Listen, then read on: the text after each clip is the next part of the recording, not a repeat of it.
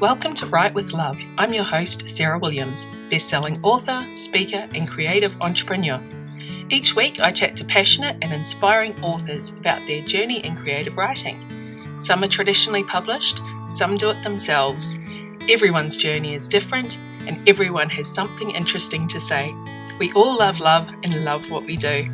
Today's show is brought to you by our amazing fans and supporters on Patreon. If you'd like to help support the show and get some awesome bonus episodes, go to patreon.com/Sarah Williams Author to learn more. Now here's today's show.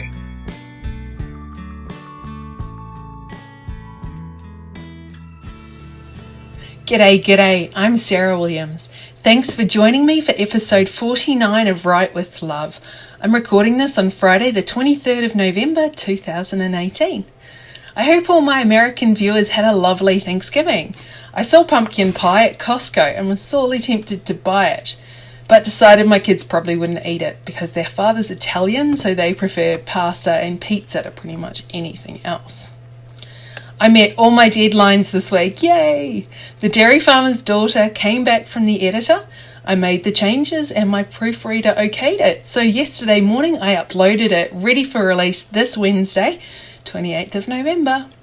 My other looming deadline was to prepare a 2-hour presentation for the Sunshine Coast Libraries. Over the next 2 weeks, I will visit 7 libraries and present Marketing Your Manuscript. This one is all about pitching, blurbs and synopses, and I have literally just finished it, and I think it looks pretty good. If you're in the Sunshine Coast and would like to come, it's free, and all the details are on the library's website. And because I love libraries, I'm also taking part in the inaugural book feast taking place tomorrow at Maroochydore Library. 11 authors of different genres will be there chatting about our books and writing. These will be happening over the Sunshine Coast every 2 months, so check it out again at the library's website or on Facebook under Book Feasts. I'm also running a competition on the Write with Love Facebook page where you can win one of 3 paperback novels. A signed copy of The Pearl Thief by Fiona McIntosh, who I met last week, or The Currency Lass by Tia Cooper, who will be on the show next year, and also there will be a paperback copy of my latest, The Dairy Farmer's Daughter. So go to the Facebook page, which is facebook.com/Write with Love podcast to enter. The competition is drawn on the 5th of December, so you'll be able to gift them for Christmas if you want to. The Australian Romance Readers Association will be hosting a romantic rendezvous next March, where readers can meet their favourite romance authors and get books signed. The locations and dates are Brisbane, 23rd of March, Sydney, 24th of March, Melbourne, 30th of March, and Perth on the 31st of March. I will be at the Brisbane signing and would love to see you there. I will have all my books as well as lots of free stuff for you, and if you're a patron you can claim your hug. The ARA website is australianromancereaders.wordpress.com. If you love Australian rural romance, then for only 99 cents you can read 6 of Australia's favourite best-selling full-length novels and 1 brand new short story. Annie Seaton, Suzanne Bellamy, Essie Gilchrist, Anne B. Harrison, S.M. Spencer, Philippa Neffrey-Clark and myself have joined forces for a combined Kindle-only box set called Outback Hearts. It will be live on Amazon on December 1st, but you can pre-order it now. We've already hit the #1 spot in several big categories, which is great. If you would like to join me here in the beautiful Mullaney hinterland, I have 2 spots left on the Writers' Retreat I'm hosting from May 31st until June 3rd, 2019. All the details are on my website, sarahwilliamsauthor.com/Mullaney-Writers-Retreat. We will be writing, talking craft and having fun. I will also show you all the steps involved in uploading a manuscript to distributors and how to professionally self-publish. If you miss out on that one, I've just opened bookings for my Noosa Writers Retreat. So if you're free October 18th to the 21st, 2019, come and join us at the trendy beachside town for a weekend of writing and marketing tips. Both retreats are strictly limited to 6 people, so get in quick. Shout out today to author Evie Snow. If you love well-rounded characters and books and take you on a laugh, cry, laugh roller coaster with a guaranteed happy ending, you'll love Evie Snow's latest novel, Captured, coming out on November 24th. Set in the Scottish Highlands, Captured features rugged war journalist Seth Legion and Sunny Marlowe, a florist with an interfering adopted family and a dark past she wants to keep secret at all costs. If you love your romance emotional, heartfelt and hilarious, pick up Captured today, because happy endings are awesome. Check out eviesnow.net for more information. And if you love reading fiction set in Australian landscapes, whether it be historical, romantic, intrigue, or just a plain good yarn, this is the place to find your book of choice and to explore the wonderful stories penned by these talented Aussie authors. Australian-born The list includes Annie Seaton, Darry Fraser, Rachel Johns, Tia Cooper, Mandy Magro, and so many more, including myself. There is a Christmas giveaway which is now open, and there are loads of signed paperbacks and ebooks up for grabs, including a couple of mine. Australian Rural Fiction, you can find them on Facebook and their website, www.australianruralfiction.com. If you are an author who would like a shout out on the show for as little as $25, send an email to me, Sarah at serenadepublishing.com, or become a patron at patreon.com/Sarah Williams Author for more information. Next week, I'm chatting to fellow Outback Hearts collaborator, Philippa Neffrey Clark, who's the best-selling author of The Station Master's Cottage. Today on the show, I'm chatting to Monica McInerney, author of Those Faraday Girls and Trip of a Lifetime. Get ready to hear about her journey and all those international best-selling novels. Now, here's the interview. I'll see you next week.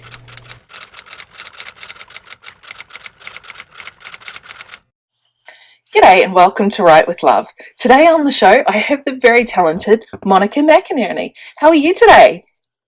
Hello, Sarah. Thanks for having me on the program. No worries at all. So I'm talking to you in Dublin today, which is very excited. I think that's the longest distance I've talked to anyone yet.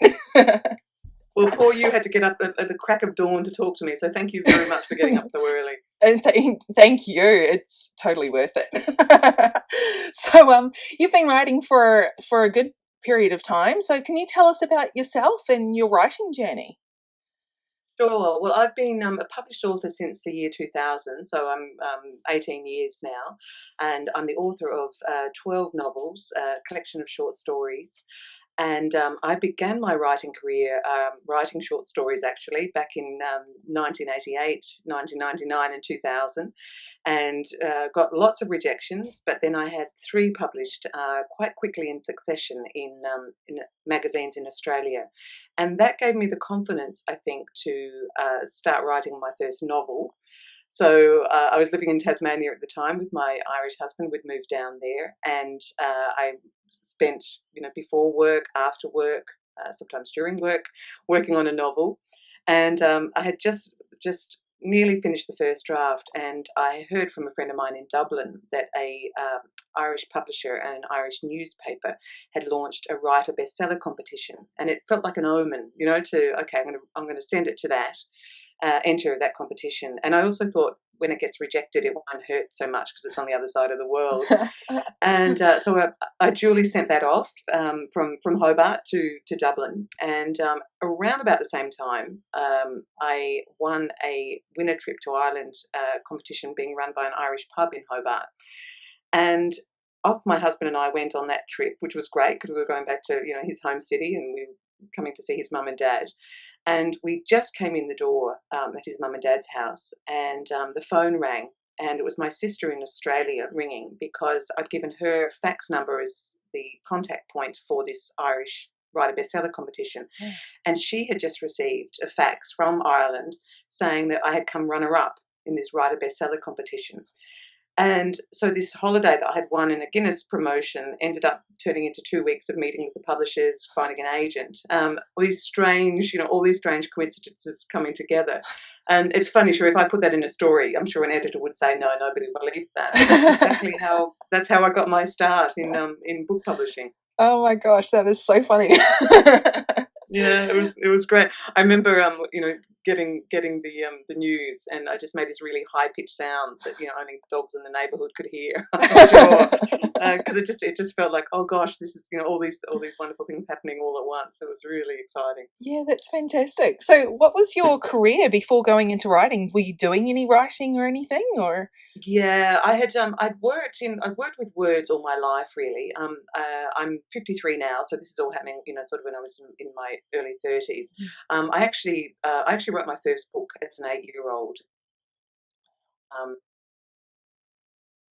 In South Australia, where I'm from, where I grew up. Yeah. And my school librarian did a wonderful thing with that, that little story I wrote. She covered it and catalogued it and put it on the shelves of my school library. Oh. So for the whole time I was at St. Joseph's in Clare, a book I had written was there beside all the real books. And I know that really planted a seed that maybe one day I might actually be a real writer. And I'm a big reader.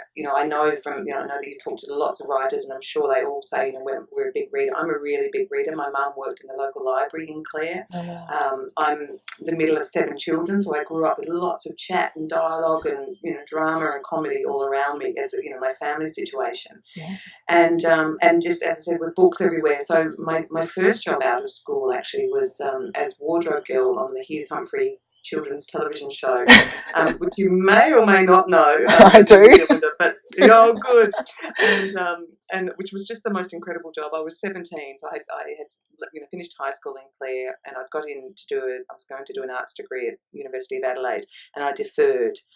Just to have like an equivalent of a gap year, and in that gap year I got this this very fun job at Hughes Humphrey. So I was dressing Humphrey B. Bear. I was his costume lady, and then I became a scriptwriter on that program. So I got commissioned to write about 6 scripts as well, which was people laugh at that because I say Humphrey didn't speak. He doesn't. He's a mime artist, but children's television, it was a wonderful experience because it's all about keeping a story moving, lots of bright colour, lots of interaction, all which is any writing experience is good. And then over the next, probably 20 years, I suppose, 17, I suppose my maths is really bad, Sarah. So between 17 and 30, anyway, I worked in music pubs in London. I moved to London for a few years. I worked in music promotion. I worked in a record company. I worked behind the scenes in publishing for 10 years as a book publicist and in marketing. So that was a wonderful experience to find out how a book is put together from the other side. I worked in public relations, so always in communication with, working with words, telling stories, sometimes factually, sometimes not factually. So brilliant experience before I started, actually writing fiction myself. And in fact, all of my books, all 12, I've been able to draw on all these different careers and different places I've lived in, which has been really handy research. Not that I realised at the time that's what I was up to, but I've been able to draw on it since. Yeah, absolutely. And I remember my dad said that to me when I was 14, and I said, I'm going to be a writer when I grow up. And he's like, oh, can you just go and have a bit of a life first so you've got something to draw on? Well, you do, don't you? That's absolutely true. You have to. I mean, I still think, there's a lot of young writers who write amazing stories still, it depends on the way that you look at the world, I think. But yeah, my advice always is, if anybody ever asks me, what do you need to be a writer? I always say you need to be a reader. That's the first and main lesson, I think. Yeah, absolutely. No, that's fantastic. So the last book that you've had out, which came out last year, 2017, and this year, 2018, in Britain, was The Trip of a Lifetime. This one, it's beautiful. Can you tell us about it? Oh, thank you very much. It's the third book in a trilogy, I suppose, which I didn't even realise I was writing. I wrote a book called The Alphabet Sisters back in 2004, which is about three sisters who haven't spoken to one another in 3 years after a big fight between them when the fiance of one ran off with another sister, which would cause ructions. And I write. My first three books were romantic comedies, because I wrote them when I was young and newly married, and just love the whole. I love reading romantic comedies, and will they, won't they get together, and all the things that can go wrong. And I loved writing those first three romantic comedies. But as I was writing number two and number three, particularly, I kept finding myself being more interested in the families around the two romantic interests, thinking, what's their family background and who do they get on with and what's the problem with their family life. And so when it came to time to write book four, I thought, I actually want to write about the families, and I want any romantic side of things to be happening as it happens in all our lives. All love weaves its way in so many ways through, each of our lives. But it was the family relationships. And so I created this family called the Quinlans, three sisters, and I gave them an Irish grandmother called Lola Quinlan, who pretty much raised them because their parents were so busy in the hotel that they run in the Clare Valley, where I'm from. And I had such good fun with that book, and it felt like a kind of a breakthrough book for me in lots of ways. And it was my first of my books to be published internationally and in lots of different languages. And and Lola Quinlan particularly was just such great fun to write. I didn't grow up knowing my own grandmothers, so this fictional Irish grandmother became kind of it was like I invented her. I spent time with her, and I just really enjoyed her. Oh. And she's witty but wicked, and very flamboyant dresser, and very plain speaking, but capable of great kindness as well, and just great fun to write.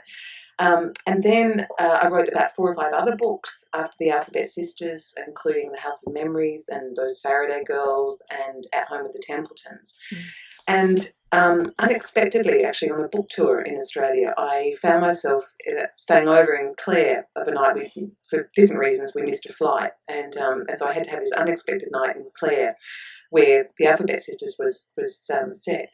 And I woke up about 5 a.m., which you know how that feels, Sarah, and I had the entire plot for a whole follow-up to the Alphabet Sisters in my head, which never happens to me. Normally I start with like a little detail, which I add another detail to, etc., etc. Yeah. And it was a strange thing. It was like I was back in my hometown, and it was like I woke up and thought, what's happened to all of them since the Alphabet Sisters? Mm-hmm. And I sat up, I made a cup of tea, hopped back into my hotel bed, and wrote the whole plot. And that book became Lola's Secret, so an unexpected sequel to the Alphabet Sisters. And that got published, and that was super. And then the publishing experience, I'm not saying the book was super, but I really enjoyed it and had a lovely reaction that people said, oh yeah, I really enjoyed Lola. And then last 2 years ago marked pretty much the year that meant that I turned 52 last year, which meant that I had lived half my life in Ireland and half my life in Australia. And it was a very soul-searching time for me to think, what's home now, and where is home, and where do I belong? And as a lot of writers do, I draw on everything that I'm thinking about and caring about with my fiction. And I thought, I wonder how Lola would feel, my character Lola Quinlan. She emigrated to Australia when she was 19, hasn't been back to Ireland, and she's now 85, so more than 65 years. What would that be like to bring her home? And so by bringing her home, which is my very long answer to your question, what is the trip of a lifetime about? It's about Lola Quinn coming back to Ireland for the first time, and looking back over her life, what it was like to leave, why she left, things that she's hidden from her family, reasons why she left Ireland in the first place, and what it's like to come home. So the book is her trip of a lifetime in terms of her coming back, this big trip at the age of 85 with her one of her grandchildren and her great-granddaughter. And what home is, where is home? So it was very helpful for me emotionally to write it, and then I had a really beautiful reaction to readers, because I was thrilled to people really enjoy reading Lola Quinn as much as I enjoy writing her. Yeah, that's it. No, it is. It's a beautiful book, and it was shortlisted for the General Fiction Book of the Year in the Australian Book Industry Awards. Congratulations on that. That was pretty Thank big. you. Yeah, no, that was really thrilling. And actually, it went straight to. It was my first of my books to go straight to #1 in Australia. Yeah. That was beautiful because I was on a book, and my publicist, this terrific woman called Chloe from Penguin, Yeah. and we got on. We landed in Mount Gambier in South Australia, and both of us turned our phones on, and it was going ping, ping, ping, all these messages coming through, and it was that we just found out it had gone to #1. So that was really great. We got off the trip to get news like that. So yeah, that's lovely because I'm a slow writer. It takes me a couple of years to write each of my books, so that really does put fuel in your writing tank. Yeah. Lovely news like that. Yeah. And it's interesting you say that. So it takes you about 2 years to write a book. Wow. So do you do a lot of research, or is it just small word counts, or do you do a lot of edit? Why does it take so long for you? A bit of everything. They're big books. Like they're kind of like someone said to me the other day, what are your books about? And I said I write big books about messy families, and they're quite complicated. I often have a large cast of characters, and I feel that I need to get to know them very well before I can put them through the hoops. Yeah. And I sort of describe it that the way I do it is I set up a fictional family, and then I set off what I call an emotional explosion in the middle of them somehow. Some big event that's going to send them all. In all sorts of directions in different countries. I often use lots of different settings, and that it just takes me a lot of time to think about that actually, and what might happen to them. I don't do storyboarding beforehand. I literally make it up as I go along. Like I have a scaffolding in place that I know my family very well, and I know what I'm going to do to them, but I never know how they react to things. So sometimes I find myself going down blind alleys, and I might write 2,000 words one day, but come back the next day and think, no, that's not what I need to happen. So I delete 1,900 of them, but the 100 that survive might be just the 100 that I need to keep the story moving.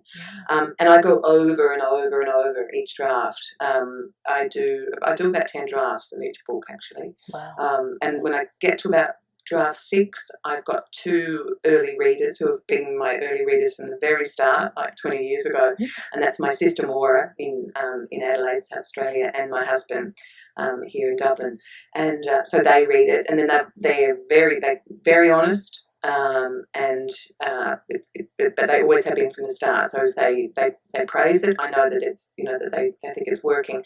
But if it's not working, they also tell me that. So then I'll do a good few drafts after I've got their feedback, and then I send it to my agent, who sends it to my publishers, and then the editing process starts again. So for myself, I go through a lot of edits before I share it with anybody. Oh, that's fantastic! Wow. And have they all been published with Penguin? They have, yeah. In Australia, I was with the different publishers. I've been with Pam Macmillan, and now I'm with Penguin, or Penguin Random House, they're called now internationally.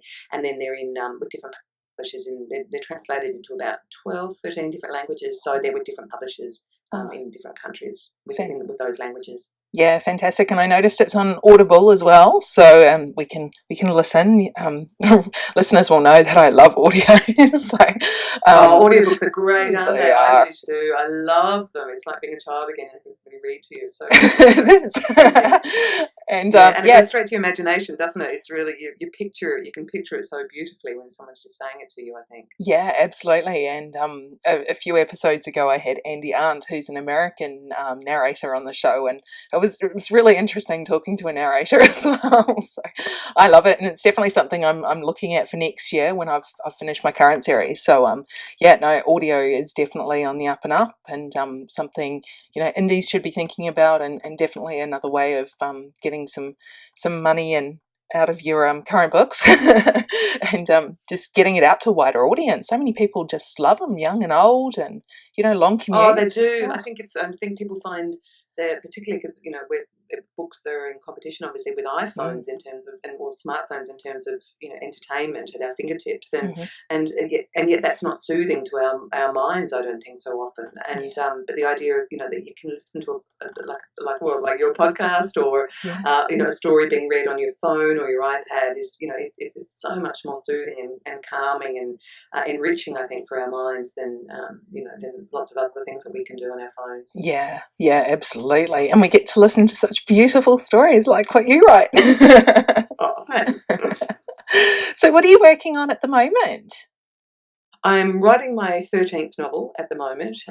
So in the probably you're still in the early stages of that, I think, sort of getting to know the fictional family. It was interesting writing The Trip of a Lifetime because that was the third book, with the same set of characters. So I had to go back and read The Alphabet Sisters and Lola's Secret, the two earlier books, really closely to, obviously I remembered everybody really clearly, but just for, to really check details and, somebody, like one of their friends, has she got a cat, or somebody else got a cat, so I'm not, swapping pets around the houses. And whereas the book I'm writing at the moment, it's a brand new family. It's not about the Quinlans. So that's taken me longer because I, have to really get to know all the characters and who gets on with who, and I know what I'm going to do to them, what the problem or the difficulty within that family that they're going to respond to. But I have to really know the characters before I can feel that I can trust what might happen to them story-wise. That's it. So we'll have to watch this space for the next one, which will be very exciting. And so where can we find you online to keep up and be notified when it does come out? Thanks, Sarah. I'm on. I have a website which is monicamcinerney.com, and then I'm on Facebook, which I really enjoy. I'm really active on Facebook and have a terrific, group of people, readers, and I talk a lot about other people's books on my Facebook page. Once a month I put up all the books I've read that month and the ones that I really recommend, and I ask other people to tell me what they're reading. So it's it's like an online book club in some ways. And also on that I'll talk about, I don't talk a lot, in fact I don't talk at all about a book when I'm still writing it, because it might change, and I'm a very superstitious writer, so I don't, I tend to keep that quite private. But I talk about events, and I'm also really, my hobby is photography, and so I put up a lot of galleries of Dublin or Ireland or wherever I might be travelling to. So it's, I do a lot on that, and Instagram, and I'm on Twitter as well, but Twitter not so much, but certainly Facebook and Instagram. Yeah, I love Instagram. It's beautiful. All these great photos. It's lovely, isn't it? You have to be careful, don't you? You have to only let yourself be on it for a little while, or you won't get any writing done that day. You fall down the rabbit hole, I reckon. That's for sure. Well, thank you so much for your time today, Monica. I really appreciate it. My pleasure, Sarah. Thanks so much for the invitation. Thanks for joining me today. I hope you enjoyed the show. Jump onto my website, sarahwilliamsauthor.com, and join my mailing list to receive a free preview of my books and lots of other inspiration. If you like the show and want it to continue, you can become a sponsor for just a couple of dollars a month. Go to patreon.com/sarahwilliamsauthor. And remember to follow me on Facebook, Twitter, and Instagram. And don't forget to subscribe to my YouTube channel and leave a review of the podcast. I'll be back next week with another loved up episode. Bye!